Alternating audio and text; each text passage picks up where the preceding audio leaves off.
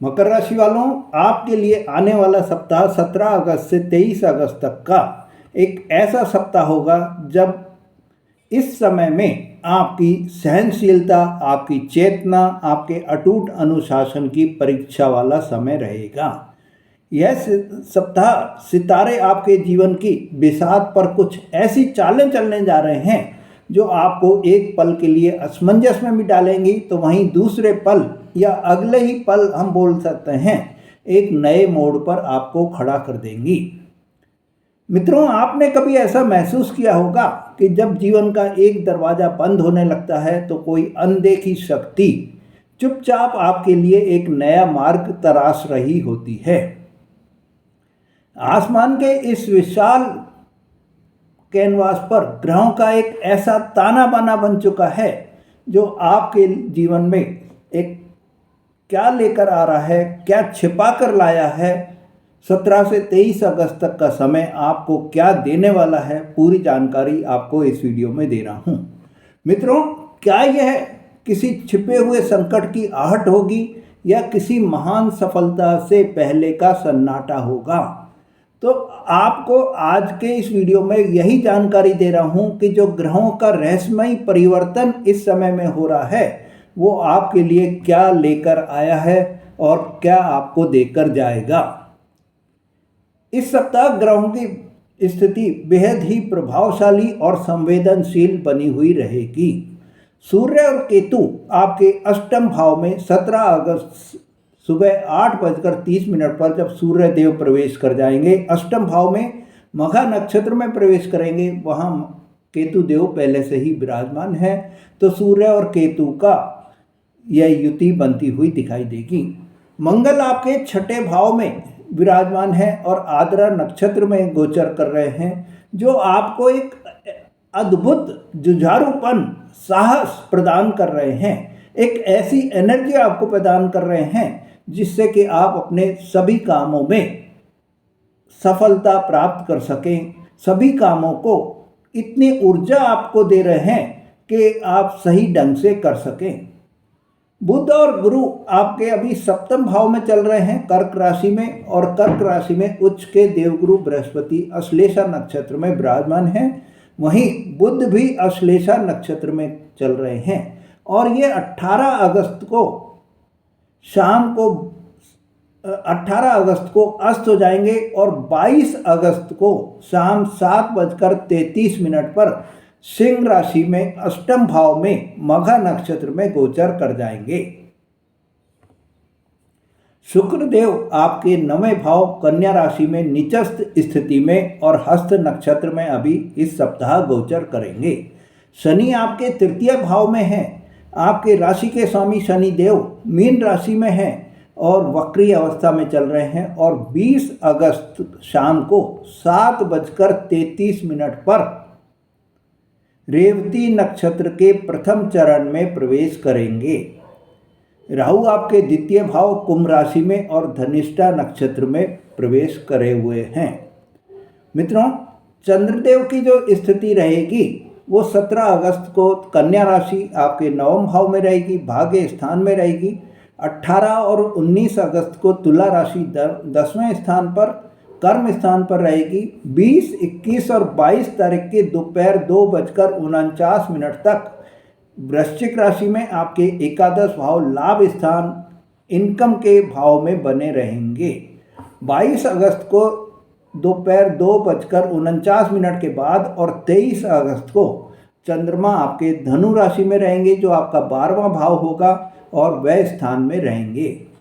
अब आपके लिए इस सप्ताह क्या आपको मिलने वाला है, कैरियर और आपका कार्य क्षेत्र कैसा रहेगा, तो सप्ताह की शुरुआत 9वें और 10वें भाव में चंद्रमा के गोचर से हो रही है। 17 से 19 अगस्त तक का समय आपके कैरियर के लिए बहुत ही ऊर्जावान समय रहेगा। कार्यस्थल पर आपकी योजनाएं, आपकी प्लानिंग जो है वो एक ऐसा रंग लेकर आएंगी जिससे कि आपके अधिकारीगण आपसे प्रसन्न हो जाएंगे। हालांकि अष्टम भाव के जो सूर्य और केतु का योग और छठे भाव में आद्रा नक्षत्र में बैठे हुए मंगल ये संकेत दे रहे हैं कि आपके खिलाफ कोई गुप्त षड्यंत्र भी इस समय रचा जा सकता है। तो अपने जो आपके सहकर्मी हैं उन पर आपको आंख बंद करके भरोसा बिल्कुल भी नहीं करना है।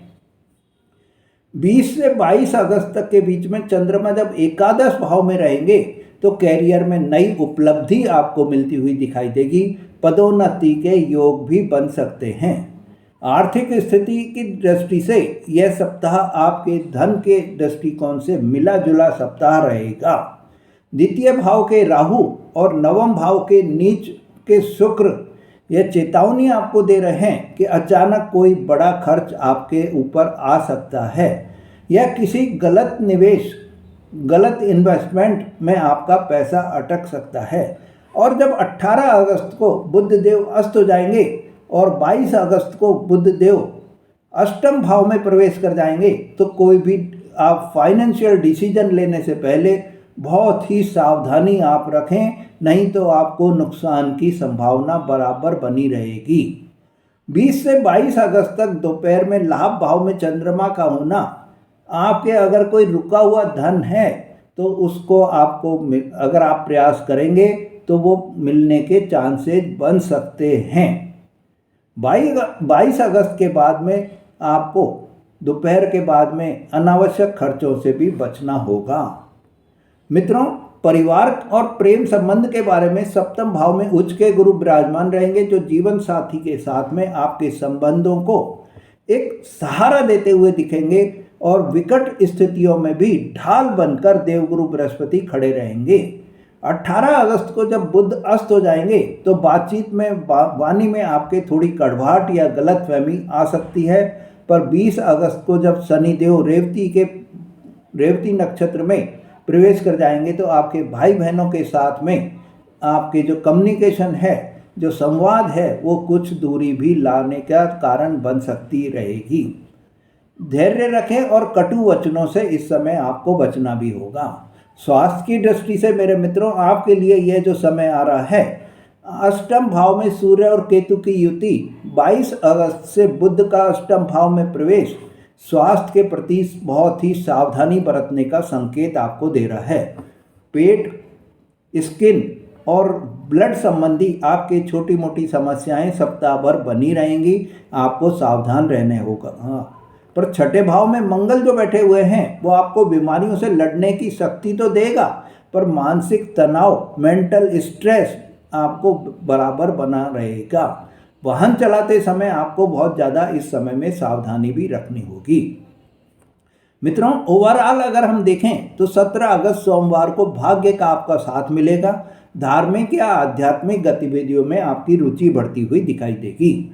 18 और 19 अगस्त को कर्म क्षेत्र में आपका दबदबा बना रहेगा। काम जहां कर रहे हैं वहां पर आपकी प्रेस्टीज बहुत ज़्यादा बढ़कर आ जाएगी। अधिकारियों से सहयोग मिलेगा, पर वाणी पर आपको नियंत्रण भी रखना होगा। 20 से 22 अगस्त दोपहर तक आपके आय के नए नए सोर्स आपको मिलते हुए दिखाई देंगे। दोस्तों और शुभ चिंतकों से कोई बड़ा फायदा आपको हो सकता है। 22 अगस्त दोपहर से 23 अगस्त को मन में कुछ अज्ञात भय या बेचैनी आपके बनी रहेगी। यात्राओं में सावधानी रखना आपको जरूरी होगा और खर्चों पर लगाम भी लगाकर रखना होगा। मकर राशि वालों, इस सप्ताह जो आपको बहुत ही अनूठे उपाय आपको बताने जा रहा हूँ, उन उपायों को आप करेंगे तो आपके जीवन में जो ग्रहों की अगर कोई परेशानी आ रही है तो वो दूर हो जाएगी और सप्ताह के आपको पॉजिटिव रिजल्ट मिलने के ज़्यादा चांसेस हो जाएंगे। आपके जो नेगेटिव प्रभाव आपको इस सप्ताह पड़ सकते हैं, उनको शांत करने के लिए और शुभता बढ़ाने के लिए सबसे पहले आप तांबे के पात्र में जल और काले तिल मिलाकर सूर्य देव को अर्घ दें, जिसमें आप लाल चंदन भी मिला सकते हैं। और अर्घ देते समय आप ओम घृणी सूर्याय नमः मंत्र का आप जाप करें। यह आपका जो अष्टम सूर्य है, इसको आपके दोष को समाप्त करेगा। मित्रों, मंगलवार के दिन किसी नीम के पेड़ की जड़ में थोड़ा सा दूध और जल मिलाकर आप अर्पित करें। इससे आपके जो छठे भाव के मंगल देव हैं और आद्रा नक्षत्र में बैठे हुए हैं, उनकी उग्रता बहुत शांत हो जाएगी और शत्रुओं का आपके नाश होगा।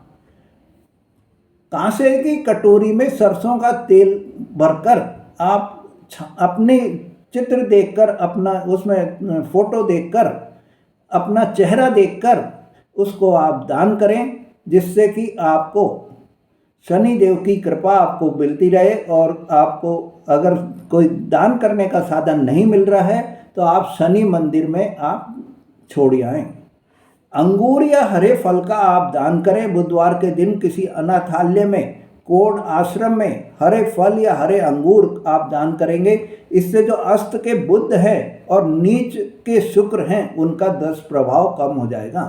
मित्रों, अगर आप अपने जीवन में किसी भी समस्या से ग्रसित चल रहे हैं, किसी भी समस्या से परेशान चल रहे हैं, जैसे कर्जा आपके ऊपर बढ़ रहा है, आपके जो है रिश्तों में दूरियां आ गई हैं, रिश्तों में गलतफहमियां बढ़ गई हैं, वाद विवाद ज़्यादा हो रहे हैं, मन मुटाव ज़्यादा हो गए हैं, या आर्थिक तंगी आपको परेशान कर रही है, कर्जा बढ़ता चला जा रहा है, तो आप अपनी कुंडली का विश्लेषण कराने के लिए हमसे संपर्क कर सकते हैं।